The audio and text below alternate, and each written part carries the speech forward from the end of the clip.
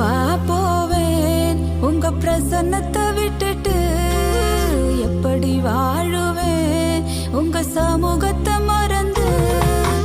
எங்கப்பா போவேன் உங்க பிரசன்னத்தை விட்டுட்டு, எப்படி